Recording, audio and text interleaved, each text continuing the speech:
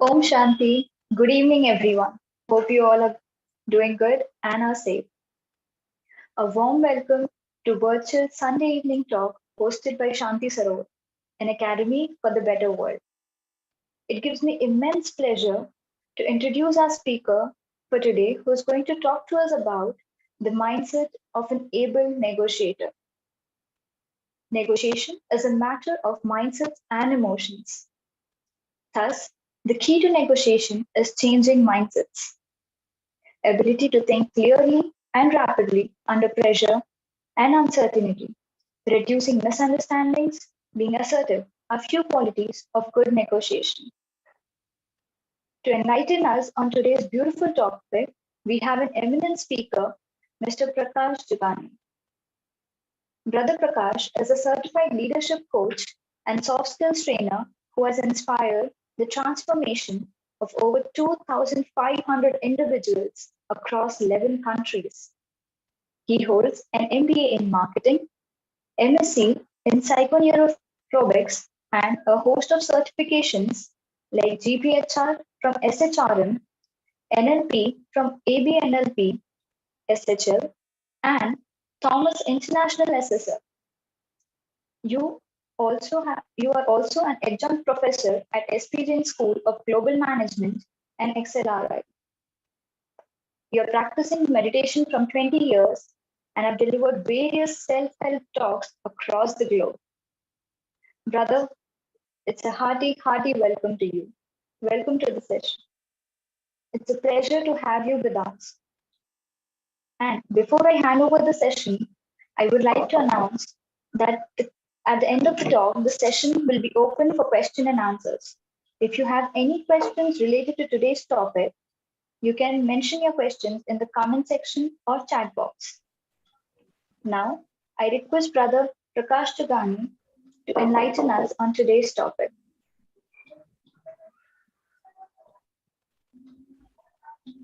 Thank you so much for that, and Om Shanti to everybody. One of the best ways to go through this program is to feel relaxed. So let's just together go on a little interesting journey of relaxation. And even if you feel relaxed now, you'll feel more relaxed after this particular process. So sit back, keep a straight back, a spine that is erect, whilst you ease all the muscles of your body. So just check from the toes upwards, your toes, your calves. Feel the muscles out there and just allow them to relax. Your thighs, your back, lower back, your upper back. Gently scan all these areas, your neck, your head, your arms. Just ensure that all the muscles are loose. And your face as well. A good sign of a loose muscle on the face where you're not having any tension is that you would usually have a smile. That means you're relaxed.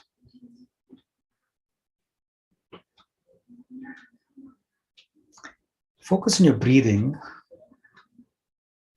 and thrice deeply breathe in and out.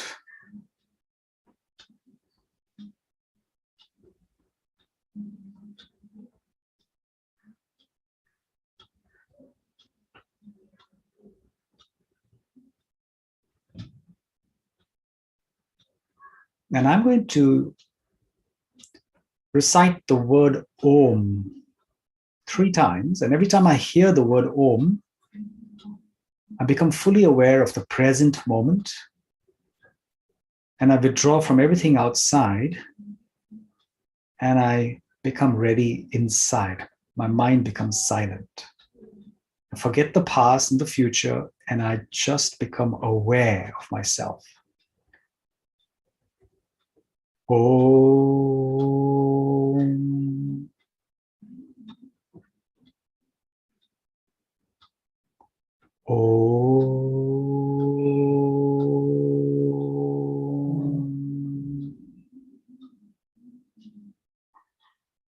Om.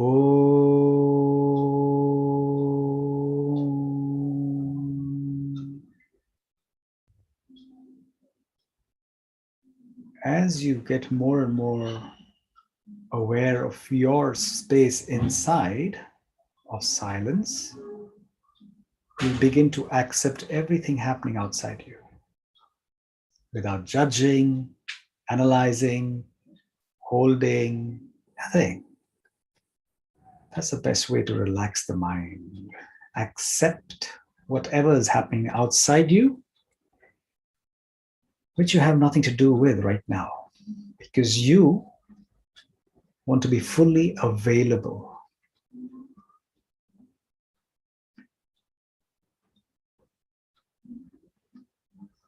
And so let me invite you to this program, an interesting talk on the mindset of an able negotiator. The question is, why do we need to be negotiators? Should this talk not be for those people who are in business or those people who are in sales? Because negotiation is something that's not really everybody's forte or cup of tea.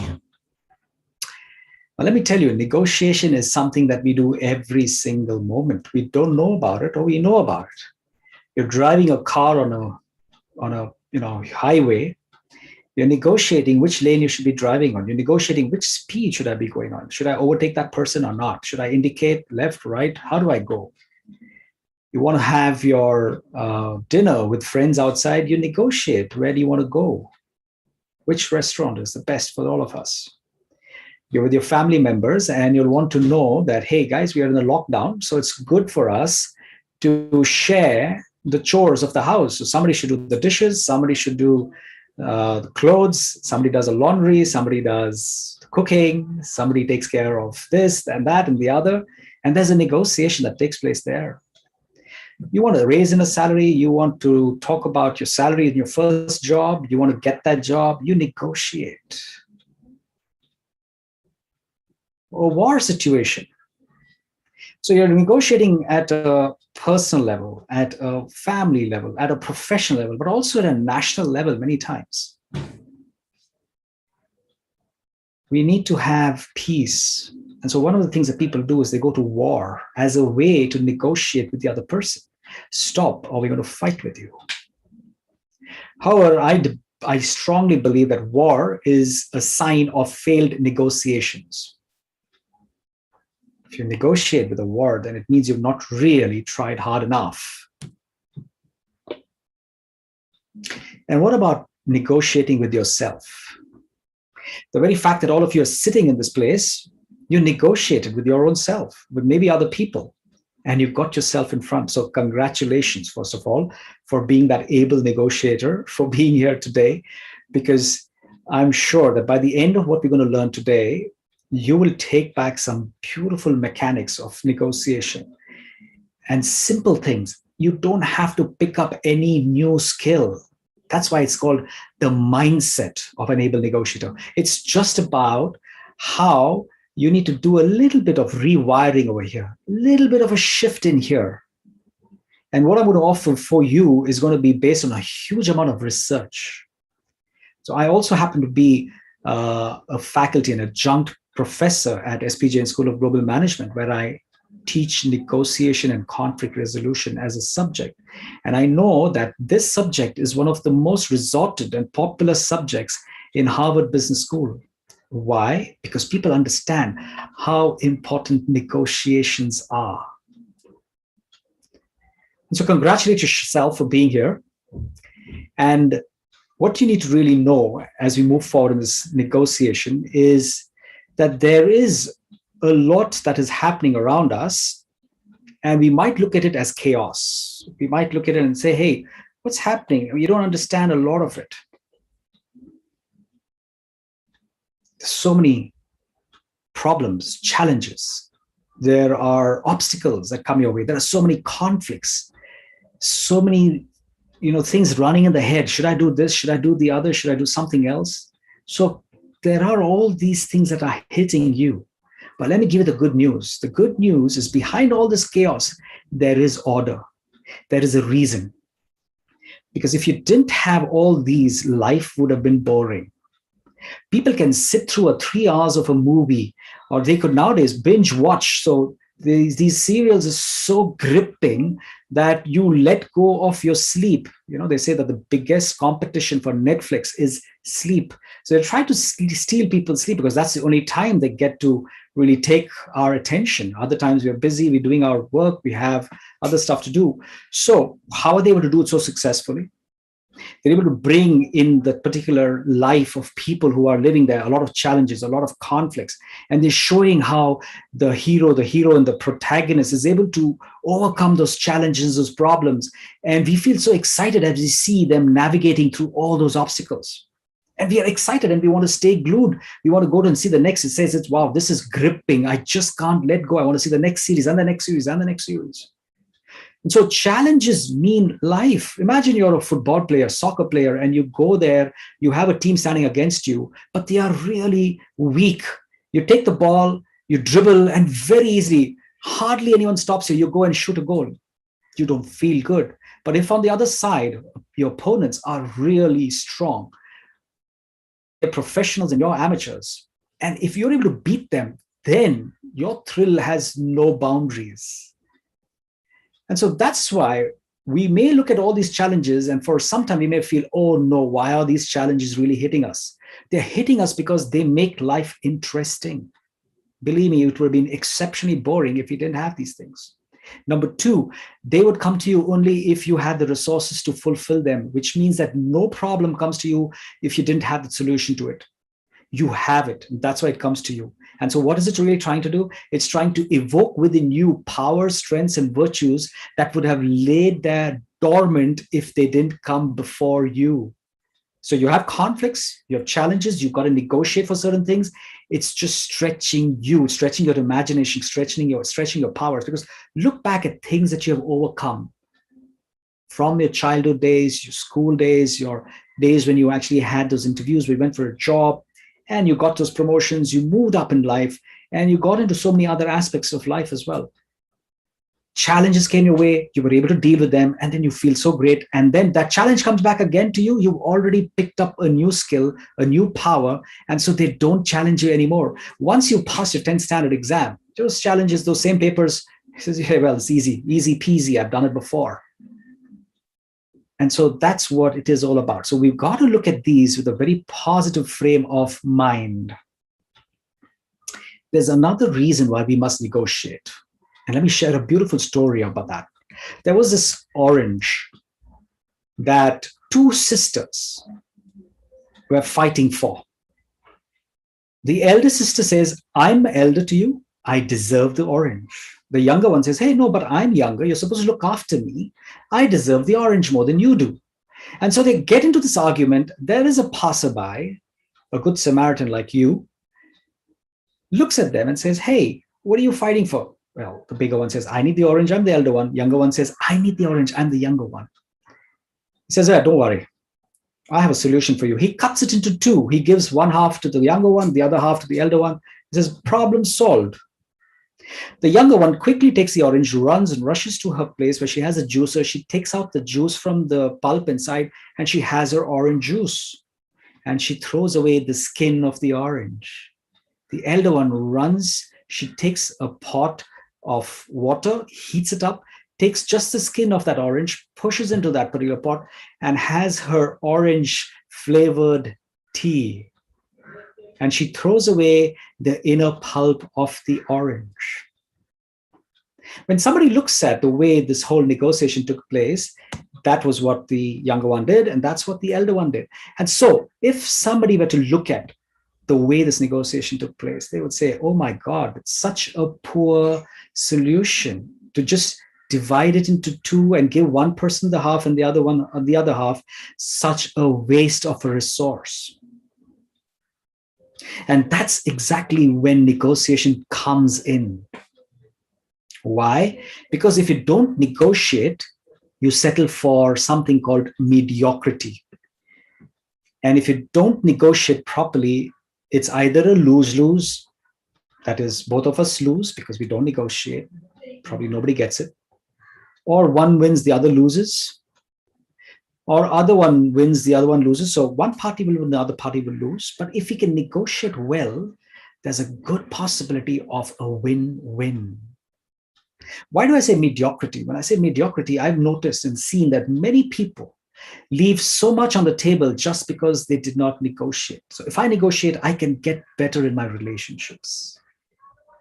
Yeah, so there are these two kids who are fighting for the front seat, right? So I'm driving the car, and my nephew wants to sit in the front seat. My niece also wants to sit in the front seat. Both of them fighting for the front seat. So what do I do now? How do I help them? And both of them love to listen to music in the car in terms of the system that is there. So a simple rule, I said, okay, listen, it's okay whoever sits in front, but there's one rule we'll follow from now onwards. Whoever sits at the back is the one who will operate the music system. Immediately, the one sitting in the back feels, oh, good, I got ownership of something else, and so I'm okay to sit back. It's not a bad or raw deal after all. And so after that, all the fighting that used to happen before, when they used to want to all sit in the front, because they know that I sit in front, somebody else sits in the back, and they actually have the system, some of them, sometimes they would actually say, I don't want to sit in front, I want to sit in the back, because I prefer to have music today in my custody. So what are we trying to do? We're saying, so if I had not thought about that as a solution, we would have settled for mediocrity, always fighting. I would keep making one person feel sad and sulky. You sit at the back. Next time you come from, you go back. So that's going to continuously happen. So there's one person who's always going to have a raw deal. And that is a mediocrity way of living. But if I could be an astute and able negotiator, there is excellence that I look for, not mediocrity. I will always look for, well, how can we better this situation? How can we up our ante over here? How can we make this good for all? And so that's why it's important for us to be able negotiators in life, whether you are in any space of life. We are always trying to influence other people, right or wrong.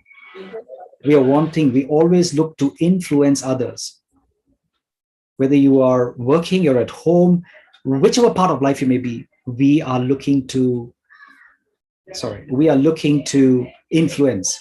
And one of the best ways to influence others is through negotiation. When I negotiate properly, I can influence the other person. And that's why it's so important for us to learn to negotiate. So here are those 10 aspects I'm going to share with you. And don't worry about what they're called. I'm just going to share with you 10 beautiful ideas that's come out from a lot of research. That is really what I'm showing you that will help you with the mindset. And these are simple things. Anybody can do this. And I can assure you, if you take even one of those ideas, out of the 10, take just one idea and start implementing that in your life, you will start influencing others in a far better fashion. You will feel far more enriched in your life. You will, because that's what is happening with negotiations. You are going to be eligible to get more for your life through this whole aspect. So here's the first two. These are two of the world's best negotiators, right? The one on the left, on the top, is Herb Cohen, and the one down on the right is Chris Voss. What does Herb Cohen say about negotiation? He says, and this is a mind game, right? He says, whenever you go to negotiation, look at negotiation as a game. Look at negotiation as a game. Why? Why do you have to look at it as a game? He says, like, you want to go to a game, right? You like to enjoy yourself. You care to win, but if you don't win, it's okay because you just did a game. So it's fair enough. So whenever you go to negotiate, look at it as a game. Care, but not that much. And he gives his own example. He says, when I'm negotiating for the government of the United States, I'm fantastic at it. But when I'm negotiating for my own self, I'm very bad at it. Why? Because when I'm negotiating for myself, a lot is at stake. And then insecurity fits in, fear comes in, all these things. I'm attached to the outcome because now it's no longer a game, it's my life now. And so I'm not able to negotiate properly. He says, then I learned the lesson of looking at negotiation as a game. Then I started having a good perception of things. I could see things much more clearly. And that helped me have the right attitude. But when I was not able to look at it as a game, my attitude would really get very easily entangled with a lot of unnecessary stuff. Now, let's look at Chris Voss. What does Chris Voss say? Chris Voss says that he has done an immense amount of study and research. And he has noticed that when you have positivity, then you can access 31% more of your brain power. And he says that's crucial for any negotiator to be able to access their whole brain as much as they can. And so listen, this is so nice, right? All you have to do is be more positive, and instantly you have 31% more access to this amazing equipment that is going to support you with the best of ideas, with knowing what I should do when, with the best decisions that you want to take. If you didn't have positivity, there was 31% less access to decision making, to creativity, to being able to place whatever you want to place in front in terms of your cards, to be able to read what is happening over there. And so it's so nice to see, just to have a positive state of mind will help us. How do we have that? I'm going to show you more of that as we go forward. But these are certain important aspects that we have to have in mind as we go forward. First one, negotiation is a game. That's how you need to look at negotiations. Care, but not that much. But care. Have positivity in the mind. Positivity helps you empower yourself and get much more than you ever thought would be possible. Let me give you a beautiful example of the third aspect, which is it's important to separate the person from the problem. Because if you don't do the two, if you don't separate person from the problem, you get stuck in emotions. Emotions are not healthy in negotiations. Where emotions come, your negotiations go out of the window. And so a good negotiator, an able negotiator, keeps their emotions in check. Here's a beautiful story, and it's a real story that actually happened in New York City. This mansion was ready for sale, and it costed about $33 million. Yes, $33 million. And a seller was ready. He came after a lot of to and fro negotiations. $33 million was finalized. Everything was done deal.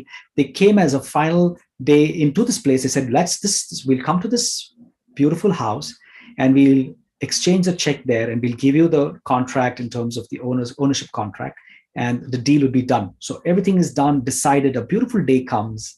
They come to this house, and here you have this wonderful check ready, and he's just about to give it to the seller. And the buyer just notices that there is a washing machine, an old washing machine in one of the bathrooms. So he tells the seller that, listen, I'm going to buy this house anyway. Just this one washing machine that is in that bathroom is not working well. So can you get it repaired? And here goes the seller. The seller says, listen, we've already done all our negotiations. Everything's over. Let's not talk about anything else. Let's just exchange the check with the contract and finish. Come on, it's just a matter of getting this washing machine repaired. We don't notice it before. We didn't see it. We didn't know. We thought it's working. Now we realize it's not working. So all we need is, not immediately, we will sign off, but I want you to agree that this washing machine will be repaired. The seller says, no, let's not talk about anything else. This is final. What we've decided is finished and done. The seller gets extremely emotional. All he asked was to get the washing machine repaired, which would probably cost $100 max. And he's giving this guy a deal of $33 million. So he just could not hold himself. He got so angry. He took out the check right in front of his face and he tore it into bits in front of him, drops it and says, we just lost the deal of $33 million. And he walks out of that place. Well, the story continues that they go and find him after 18 hours. He was brooding in some place. They bring back, convince him, really literally plead and say, don't worry, we'll get this done. We will have it repaired. And please go ahead with the deal. And they do the deal eventually. But that was lucky for the seller. So to cut a long story short, there is no space for emotions in negotiations. And the only way you can do that is by this particular simple rule: separate the person from the problem. It's not this person who had the problem. The problem is separate. Look at a problem at its face value and try to tackle the problem. When you start mixing that with people, then you just can't go forward. Now, that might have been a 33 million, it might have been a very good deal even for the buyer, right? But the buyer got so angry with the seller that he tore the check in front of him, and he probably lost that deal, all right? Now, if he had separated the person from the problem and he was seen, okay, fine, you don't have a problem. The problem is that you feel the negotiation's over, and that's what it has to do. He also should have thought about $100 as, come on, I'm paying 33 million. What is $100 for me? Why am I making such a big fuss about it? But then ego sticks in, because who do you think you are and I am? And so then that's when personality clashes happen. Gone. So separate the person from the problem. Don't look at the person as a problem. All right, next one. An able negotiator is not scared of failure. We understand we can make mistakes and we could fail, but what is it that I need to learn from that failure? So a good negotiator has an open mindset, which means failure happens. Okay, I'm trying to obviously succeed, but if at all I fail, fair enough. Let me quickly learn from this and pick myself up and go back to the negotiation table with my lessons learned. They're not stuck to only wanting to succeed. Remember, that's a very important mindset. When a negotiation happens and you go with only one way, that is, I only have to succeed or nothing at all, then even before starting the negotiation, you start getting nervous and anxious. And you don't need to be in that state in negotiation. And why does that happen? Because you are not ready to face failure, which means you have a very fixed mindset. You need to have an open mindset. Okay, if I fail, I learn. It's not a failure, it's a feedback. It's a lesson for me. It's a stepping stone. Let me move forward. That's an important mindset of a negotiator as well. What's the next one? Now, let me share a story about this, and then I'll tell you what is this mindset all about. So there are two people in a library. They're fighting for the window that is in the opposite of them. One closes the window and comes and sits and does his work or her work.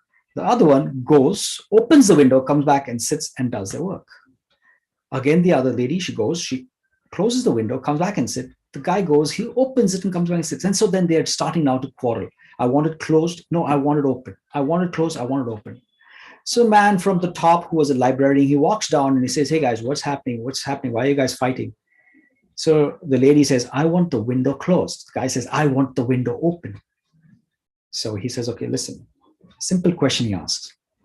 Why do you want the window closed? So she says, I want it closed because of the draft. The air is so strong that it's, whatever I'm holding my hand, a book or sheets of paper, it just flies away and I cannot hold my book properly. Okay, he goes to the other guy and says, why do you want the window open? He says, because it's stuffy inside. I need some fresh air at least. The librarian says, don't worry, I'll get your problem solved.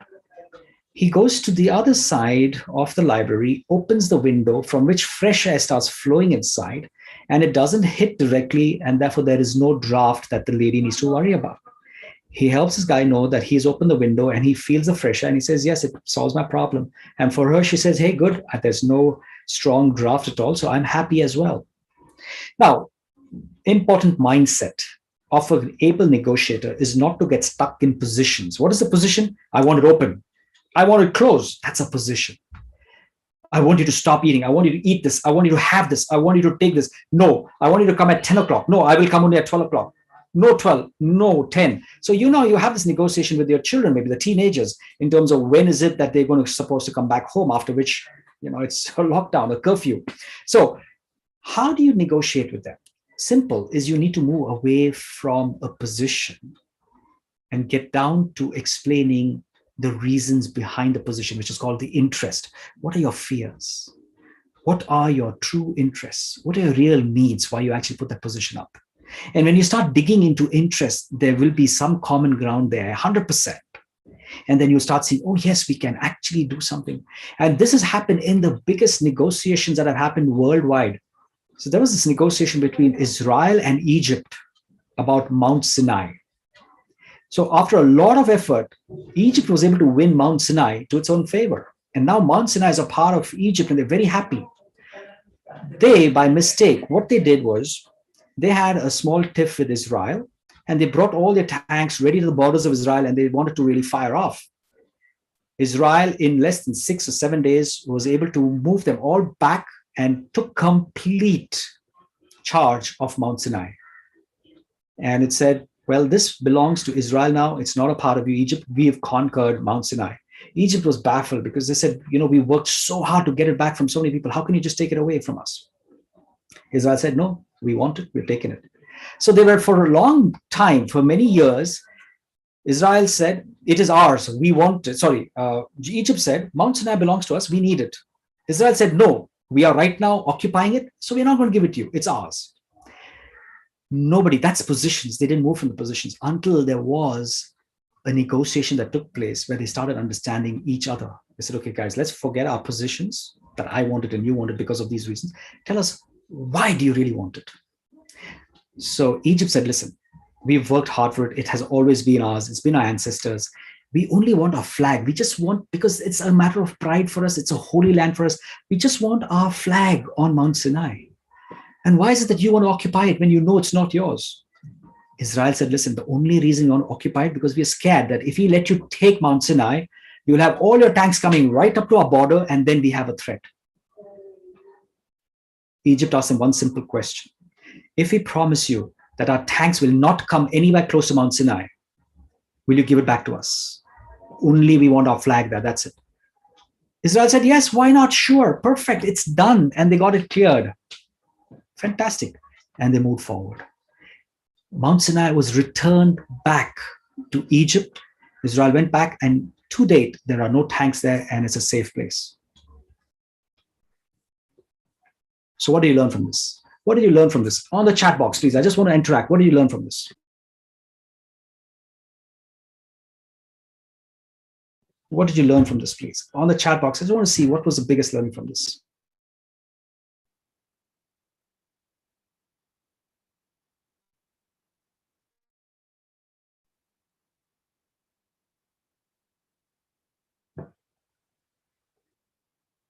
Leave your position and look for common ground. Simple. The only way you can look for common ground is when you go into interest and ask some questions like why? What is in it for you? What are your fears? What are your aspirations? What are your aims? And then when you start asking these questions, you move from position and you start understanding. And I think that's a very important space for us to have dialogue with our family members also, so that they don't just get stuck on positions. So we have to start learning to even educate our family members. Guys, listen, it's important for us to communicate and share what is behind our positions. Only then we can come to some better solutions. And when you start understanding each other that way, you will start negotiating far better. Thanks. So yes, negotiation gives win-win solutions. Dialogue solve almost all problems. Well said, Hussain. And we're saying one needs to be open to all possible scenarios about a negotiation. Exceptionally important. We've got to be open-minded. And I can't be stuck if those two people in the library said, no, I still want it closed. But why do you want it closed? No, I want the window closed. Then there's no negotiation. You must learn to be flexible. I don't want it just to be closed. I just don't want it to be open. I want it open simply because I need fresh air. So if you're giving me fresh air, then I should say, okay, please, it's okay for it to be closed because I got fresh air. So we got to learn to be a little flexible. And then many a times common sense is need of the hour. Well said. Thanks for that. Okay, good. We got some nice responses here. So let's look at the next beautiful piece of the mindset that we need as we negotiate. Wow, look at that. What does it say really? A good negotiator is creative in terms of finding various ways in which you can solve a problem. So you just don't go to solve a problem with one simple idea. Say, this is a problem. Here's a solution to it. What if that solution doesn't work? Do you have another solution? Do you have another solution? Do you have another solution? And so it's very important for us to be able to see this and be creative enough to have a quantitative number of solutions. It's not quality, but can you generate quantity when you're trying to solve a problem? And when you have quantity, it's easier for you to find solution. In neuro-linguistic programming, they call it the law of requisite variety, which means that a person who has the largest amount of options to doing anything is more successful than somebody who has no options. And so have more options. Have this person think about different solutions. Don't go with just one solution to a problem. All right. So if you have your sibling, your child, your parent, your boss, and they are saying that they have an issue and they want you to look at a solution to that, don't go with only one way of resolving it. Look at so many options. And I remember I was negotiating with my owner in terms of reducing the rent of my house. And so, I was in Dubai at that point in time when every year the rents would go up by 15 to 20%. Whatever they feel, the landlord will just put the rates up because there was a huge demand for real estate at that time. And so it was really getting tough for me. And so I said, okay, let me write to this person and tell him the reasons why he should reduce my rent. And so I wrote a nice letter to him. I said, this is where I would like you to reduce my rent. And I gave him 10 reasons. And I said, how will it benefit you? I'm a regular person coming to you every time. So if you reduce my rent, then you will find my loyalty. I have already spoken to so many good people, and 3 of them are already living in your apartment. 2 more people might come next year, and that's what I think about. Your maintenance cost by me not leaving your place is going to be really low. If you make me go out, then somebody else comes, you have to again redo the whole place. You'll have to spend another few thousands of dollars, so don't do that. And so I gave him a list of things and reasons and options, which I looked at options for him in terms of why should he not make me vacate and increase the rent. Because I told him clearly, if you increase the rent, I have to vacate. And if I vacate, these are the reasons why you will probably, these are the benefits you will get if I don't vacate. And so that's how I turned it around. And believe me, that particular year, he didn't increase the rent. And I spoke to my neighbors, they all had a rent increase. And I said, so something worked for me. So I did 2 things. One is I gave him a lot of ideas, options in terms of why he should leave me, but also I made him look at it in his point of view. I didn't say, this is how, you need to reduce the rent. Sorry, don't reduce the rent because my salary is the same. I'm a family man and I've got these commitments. It's very difficult. Last year you increased it, so don't increase it. I didn't go to any of those places. I told him why he should not increase the rent because of how it will help him. And then that helped me a lot. So options is a very important aspect. Generate a lot of options. The more options you're able to show people, and try to show them options in terms of how those options are going to benefit them, not you. Wow. So imagine you're going and talking to your teenager who wants to do something and you don't want them to do something. And then you show them at least 10 reasons how it's going to help them by them not doing it. Maybe one will click, maybe one will not. But if you go with only one reason why they should not do it, you can be assured it's not going to be really very helpful. So be a great generator of options, like this machine that generates electricity. You got to use this mind to generate ideas. And believe me, you have them. The problem is we don't think deep enough. Price is not always every interest. Now, this is for those who believe that negotiation doesn't happen. As long as you have a good price, you get the deal. As long as you have a good price, people are ready to work with you. For somebody, probably for those who believe this, especially in the business world, price is not always everyone's interest. Not always everyone's interest. So I do a classic game when I work with people, and I make them do this. It's called the $100 divide. I say, listen, there are 2 people. All right, John and Rahim. I decide to give $100 to John only if John and Rahim were able to split this $100 amongst themselves. How much they split amongst themselves is not my concern. Excuse me. But Rahim must be in complete concurrence and agreement about whatever they agree to split. Only if both of them are agreeing that this is the amount of split and we are going to take that, will I give this $100. Now, I asked a question to John. John, so I gave you $100 and you are having a chat with Rahim and you're telling Rahim, I'm getting $100. I'm giving you $1. I'm keeping $99. And then I asked Rahim, do you think you will accept this deal? Rahim straight away says, absolutely not. I said, why not? You're getting $1. You've done nothing free of cost. He says, no, I will not take $1. Why? Because he's keeping 99. I said, so what? I'm giving him $100. He has to split something with you. He says, no problem. I will not take 100. Yeah, okay, fine. Let's say $10. He gives you $10. He keeps $90. No way. How much? He says, I need at least $50. I said, that's too much. Now, be very realistic. If it's a real life scenario where you actually are getting dollars from John because he's splitting $100 with you, how much would you really be ready to take? Most of them go to 30 to 40. They say, I need at least $30. I need at least $40. I said, if you don't get $30, then what? He says, then I don't mind getting nothing at all. And people have actually behaved in that fashion. What does it simply say? It says that people want to be treated fairly. So even if you give me the money, I don't care for the money, but I want to see whether I'm being treated fairly or not. So that reveals a very, very big picture to us. Every negotiation that you thought was all about money, most deals are 50% emotional and 50% economics. So it's so important for us to realize that when I'm negotiating with others, I must understand it's not always price and money that matters. People's emotions also are important in gaining deals from them.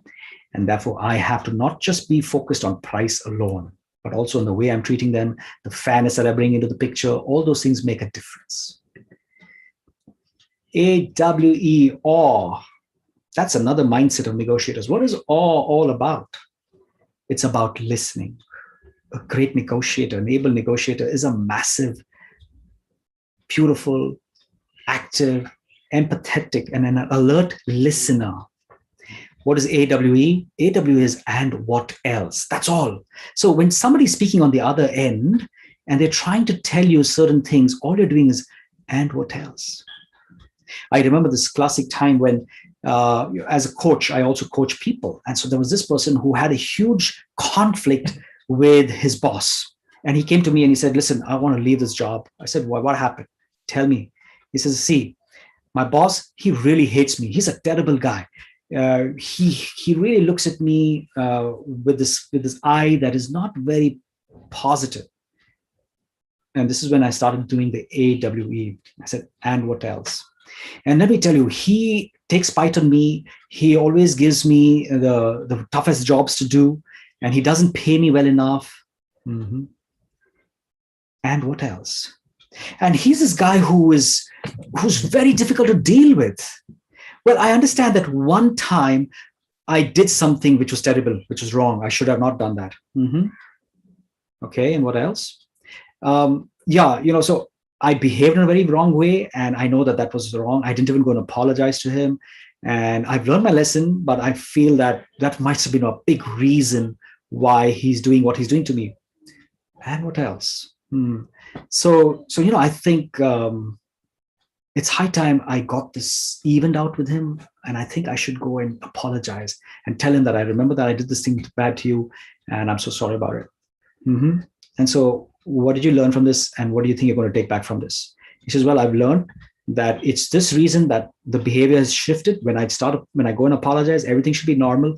I should be okay, and we should all be in a fantastic space. So what you're going to do? Are you going to leave your job now? No, of course not. I'm going to go and repair the relationship. All I did was just listen. I didn't give him a solution at all. Nothing. And so listening is so empowering. People speak to you not for solutions. We love to give solutions and advice to people the moment they speak. They come and they say some things and, hey, here's a solution. You go and do this. We believe that because I'm a parent, because I'm the boss, because I am a person who's intelligent, it's my duty to give you advice. How many times have people really taken your advice and done what you've told them? Number two, the moment they go and do what you've told them, and if it fails, they raise their hands and say, well, it failed because you told me I did exactly what you said, it didn't work. So they don't have any ownership of it. It may be the best idea, but if you let them come out with it, it will work very well.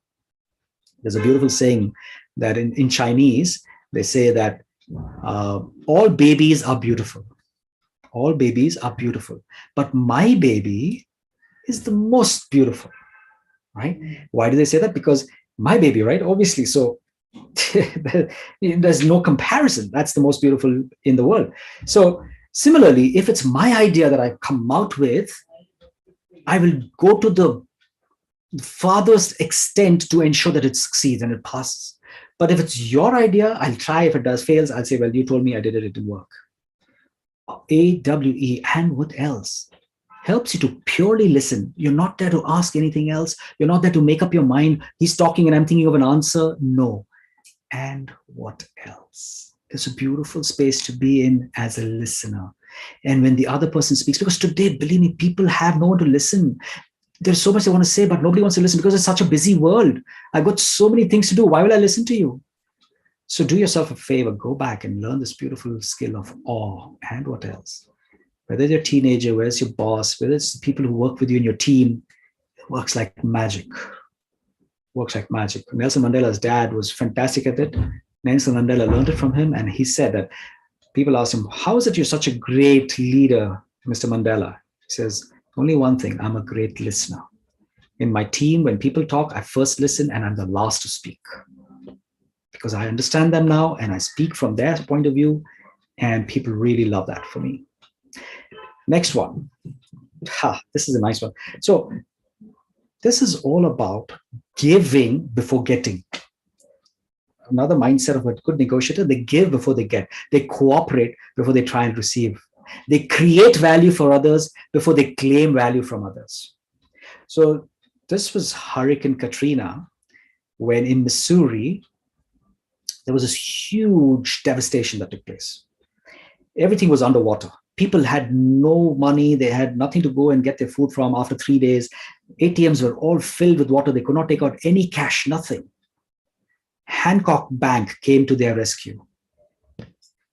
And it simply said, listen, I'll help you guys out. Don't worry. They started giving people money from the banks that came. They had tables set out. They started giving money to people with just an IOU. They said, just give us a slip, an IOU, your name on it, your phone number, and take the money and go. They dished out millions of dollars, and they got back 99.5% of all the money they gave out just with those IOUs. And the best part is they didn't just give the money to their customers. They gave money even to non-customers. Everybody would have believed that, nobody's going to pay them back. But they felt that they were in need. There's a bank that stood by them and gave them the money. They did everything possible to return that money back. 99.5% of the money came back to them. And the 0.5 didn't come, and they were not worried at all about it. They probably factored in 10%, but 0.5%. What happened is their business grew the next year by 20% because of the way they actually built trust with people. And so in negotiations, give before you expect to get. My last question to you, and I'd like you to put this on the chat box, please. How are you feeling right now? I just want to know genuinely, a good negotiator is able to feel and understand their feelings inside, and so they're able to put a finger at their feelings and emotions, and they're able to tell us, this is how I feel right now. It's very important, and I'll tell you why. How are you feeling right now? Question. Great, good takeaway. Yeah, thank you. Let me hear from the others. There are a lot of you in the room. Put in a word or two of how are you feeling right now. There's a beautiful lesson from this. So please be open, be free. Nobody's judging you. Trust me. Just tell us how you feel. Awesome with the last example of the Hancock Bank. Okay, fantastic. Highly benefited. Beautiful. So you feel that you benefited. You feel awesome. You feel great. Good to hear some new information. Okay. So see, good to hear new information is nice, but how are you feeling? Try to touch your feeling. It's so important. How are you feeling right now? You're feeling a better negotiator. So now that you know you're a better negotiator, are you feeling more confident? Are you feeling, let's say, enlightened? Wow, I know something more. Are you feeling happy? Or are you feeling anxious that, there's so much that I have to do as a negotiator? No. So it could be, what are you really feeling is what I'm trying to understand. Wiser. Okay, fantastic. Okay, now this is what I'm going to support. Great feeling and I'm not a good line. I'm a little anxious. Okay, nice. Thank you. Thank you for the honesty. Okay, thanks for all your stuff. Now, let me ask you a simple question now. Who is responsible for the way you are feeling right now? Who is responsible for the way you're feeling right now? And can you answer that? Who is responsible for the way you're feeling right now? Partly yourself. It's me. I really feel I'm improved. Self. Very true. Very true. I can give you the knowledge and information, and anybody can do that in front of you.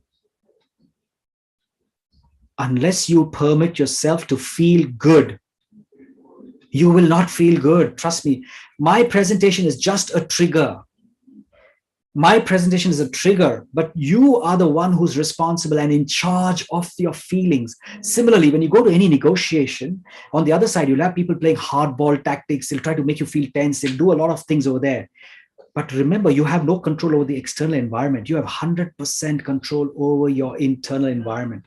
You can decide how you want to feel. You want to feel, and how do you want to feel in any negotiation? Any negotiation. Before you walk into any negotiation, and when you're sitting on a negotiation table, or as a conflict at a house, anywhere else, how do you like to feel? Do you like to feel angry in conflicts? Do you like to feel tense? Do you like to feel stressed? Do you like to feel irritated? No. How do you like to feel in any negotiation? I like to feel calm and collected. I like to feel powerful inside. I like to feel hugely resourceful. I like to feel very confident. All those feelings is how I really like to feel. So remember, if you can just manage your internal environment, you will be in a far better space than anybody else in negotiations. The problem with a lot of our negotiations is we lose ourselves and then we lose the negotiation. I can't think then. I cannot really please somebody. A child walks up to me, cries for a chocolate. I said, no chocolate for you. Oh, I want my chocolate. No chocolate for you. Third time he cries, I want the chocolate. Or he doesn't cry. Actually, he speaks to me. Dad, can I have a chocolate? I said, no chocolate for you first time. Dad, no, please, I have a chocolate, please. No chocolate for you. But Dad, yesterday you gave sister chocolate. Why can't you give me a chocolate? Now, see, the kid is very good at negotiation, all right? And so now I'm cornered. And so what do I start doing now? I told you no chocolate. Stop irritating me. What does the child do now? Uses the last weapon. The child starts crying, weeping, oh, all those things. And what do? I get angry, shout, scream. I probably sometimes spank the child. And then because of all this, I definitely will go into a certain guilt trip, because once your anger is gone, we definitely feel guilty, all of us. And so when I feel guilty, what do? I want to make up for what I did. And so what I'll go do, I'll buy 10 chocolates, go give the child, hey, here's the 10 chocolates. So when I'm a poor negotiator, especially negotiator, is not so much about what you say, it's about your space of mind. If I could just stay calm and collected, I would have found billions of solutions of going on constantly talking to him and continuing the conversation and say, hey, that's a clever one, huh? The sister did this and that. All right, so this is why I did it. So I'm trying to give him reasons. I'm trying to go on forward. They will not get tired asking, and I must not get tired.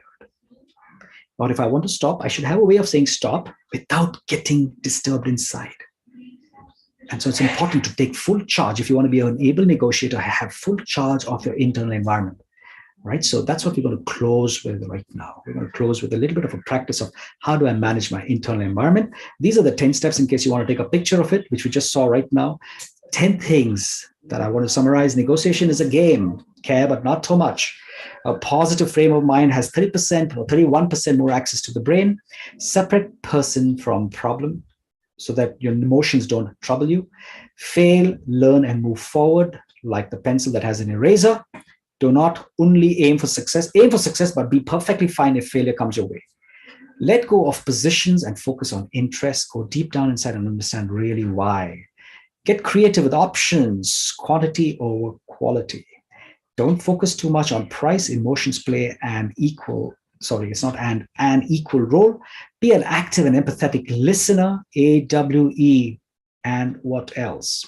Create before you claim, like Bank Hancock, and take charge of your internal environment. If you take care of these 10 things, bingo, you have made it to the ranks of an able negotiator. With that, we're all set to take a small journey of managing the mind. If you have any questions, please put them in the chat box. Sit back, relax, make the back straight.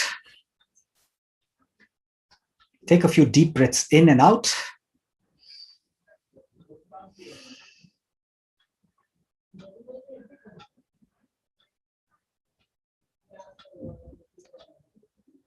So focus your mind on the present.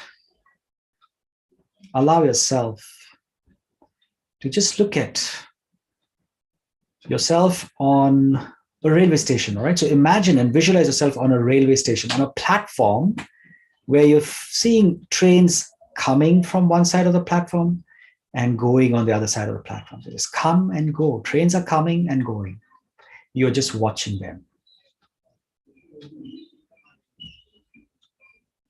You're not holding, judging, questioning. You're just watching the trains arrive and depart. As a detached observer, that's all you're doing. I want you to do the same now and imagine that you're on the platform of your mind. And all you're doing is you're watching your thoughts arrive and depart. Your thoughts are coming and going. You're just observing them. You're not holding any thought. You're not questioning it. You're not catching any thought. You're just watching your thoughts. And you feel so relieved. And now you create a beautiful thought for yourself. You say, I am the master of my mind. And I will decide what thought I want to create. While so many thoughts can come and go, I right now choose to feel powerful. And so think about, what does power mean to you? Think about, what does power mean to you? I am powerful. I am responsible for myself, for the way I'm able to create positivity in my mind. And I'm powerful enough to choose positive thoughts over negative thoughts. I'm powerful enough to remove all the noise from this mind and to create that one thought, which is beautiful. And so I'm creating this one thought that is, I am powerful. Bring to the mind any picture of a person that you know is very powerful, a symbol, an image, anything. And then look at yourself as that person who's absolutely powerful. And I'm talking about the power of the mind right now. And so feel the power inside. And let it grow with every passing moment.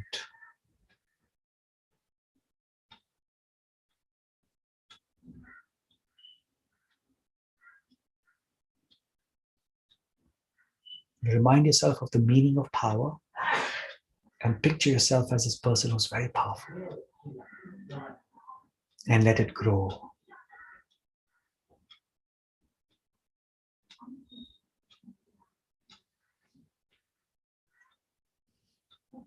And that's the state you will carry with you every time when you're in a conflict, when you have to negotiate, when you have some very tough situations in front of you.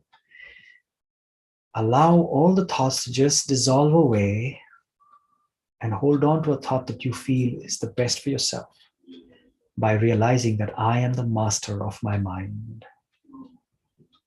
I am the master of my mind. I am responsible for my inner environment and I choose peace. And then for a few minutes, allow this feeling of peace to come inside. Tranquility, stillness, stability. I choose confidence. And create a posture of confidence and feel inside the energies of confidence filling you from the top to the bottom.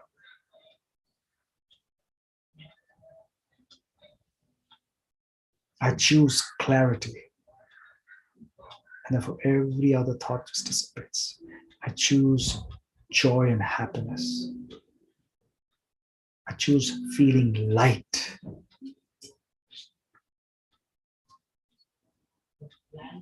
All right.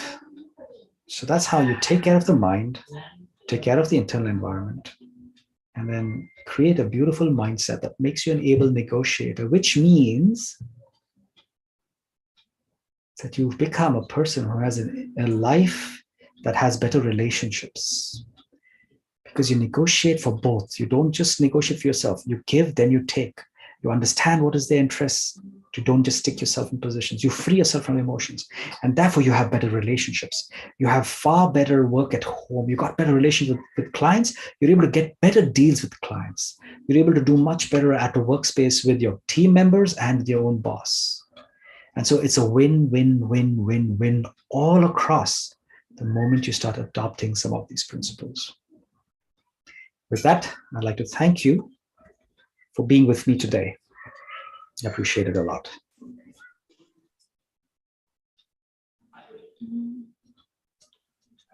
Are there any other questions? Any questions to be answered? Okay. Om Shanti, Brother Prakash, I am Hussein. Please let me take you back to the library example that you really wonderfully explained. First of all, let me thank you for the wonderful insight of the lecture. I mean, I really felt like I was in a business class, not in spirituality class. I felt like I got a chance of listening eminent people like you, getting knowledge about business classes like that. But my actual question to you, brother, is that in the library example, librarian could able to solve their problem because he found an alternative to them. Because they had they may be multiple windows, but what if there is only one window? But because in countries like India, but in reality world, in real world, in Yeah. cities like Hyderabad Thank and you. all. I got that. Yes. So good question. So what if you had no alternatives, or what if there's only one alternative? Now, this is where it's very important for us to dig deep enough. And when you leave yourself from positions, it's only then you go down deep enough to find interest. And believe you, if we are flexible enough, we have to be flexible enough to leave that position. But at the same time, there will be my interest covered. May not be in the exact way that I want, 100% I'll get everything I want, because there will be some overlapping interests. And so there is a flexibility that's required. So I need to go deep inside, deep down, and then say, okay, fine, what are the interests that are overlapping? See those interests, and then come out with 50, 100 different options of how we can fulfill that. When I'm a good generator of options, I'm able to find solutions. Like we did with Israel and Egypt, they were able to find a solution in real life. Thank you.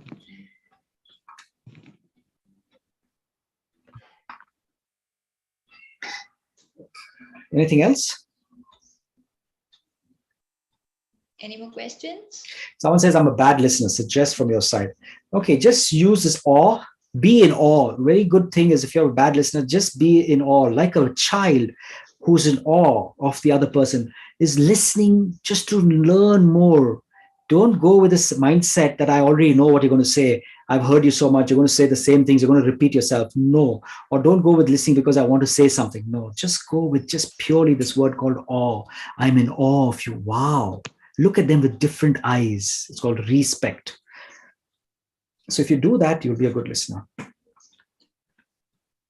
Thank you.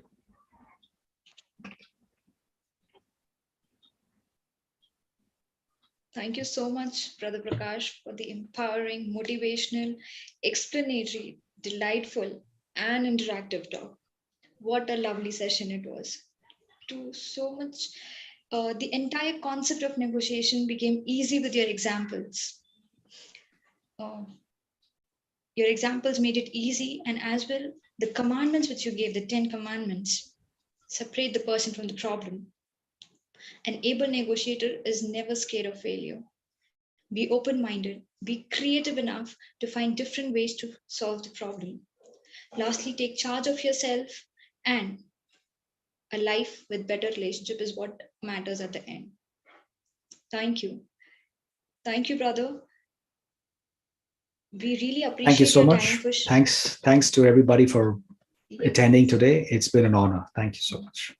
Have a good evening. Have a great night, everybody. Yes, I think you have an announcement as well. There's a small announcement. Yes. Go ahead. Yeah, we have small announcements here. Firstly, thank you everyone for connecting with us, for being interactive, and for asking questions. It was glad to have you all with us for today's session. Two announcements. One, like they say, sharing is caring. So yes, please do share information about sessions like today with your known people so that even they can get benefited from such sessions. For all the information, you can log in into www.shantisarovar.org.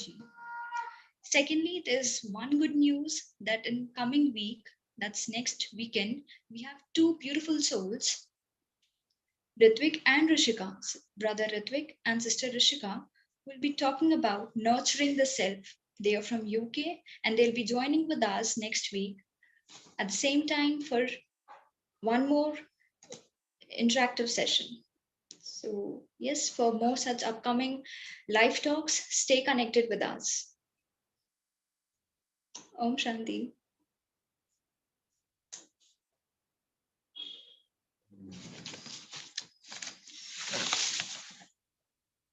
Also, like you can see on your screen, there's Raj Yoga online camp, which will be from 1st to 7th of July in the evening from 5:30 to 6:30 p.m. in both Telugu and Hindi language. So the registration is free, but yes, you need to register yourself by logging into www.shantiserver.org. Also, you'll be getting details if at all your mobile number, your WhatsApp number is registered with us. So you'll be getting details about the same on your number. So, yeah, it was glad and happy to have you all. Stay home, stay safe, be healthy, and be happy. Om Shanti.